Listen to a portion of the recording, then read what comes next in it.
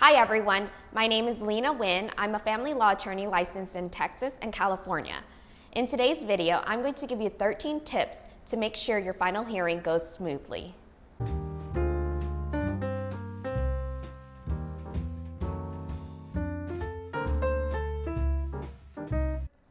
A prove-up hearing is also known as a final hearing, and this is where you ask the court to approve of your property settlement agreement, approve your custodial arrangements, and grant you your divorce.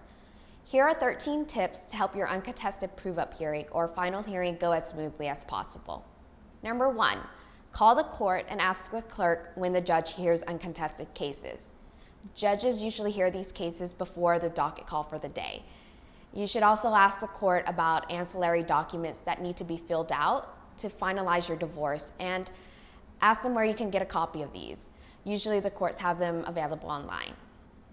Number 2, bring a copy of your filed stamped original petition for divorce. Number 3, bring a copy of the filed stamped waiver of service or answer. Number 4, bring a copy of the final decree of divorce signed by you and your spouse.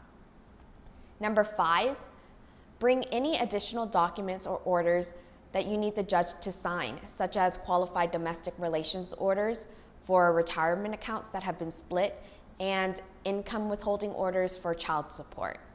Number 6, bring any ancillary documents required by the court completely filled out.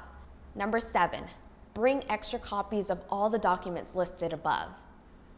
Number 8, prepare your testimony. The judge will ask you questions such as whether you think the property division you and your spouse entered into is fair, and whether the child custody agreement is in the best interest of your children.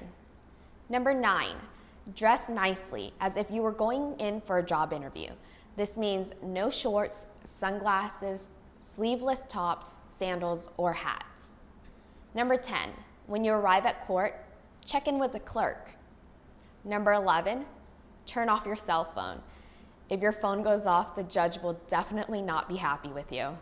Number 12, do not bring in food or drinks, and definitely do not chew gum.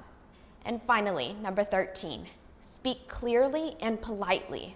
Address the judge as Your Honor or Judge. Do not say mm-hmm. Say yes, Your Honor, or no, Your Honor. And good luck. You are on your way to a new beginning. Thank you so much for watching. Please give this video a thumbs up and subscribe to my channel. Also, if you live in Texas and would like a free self-help divorce kit, please check the description box below to sign up.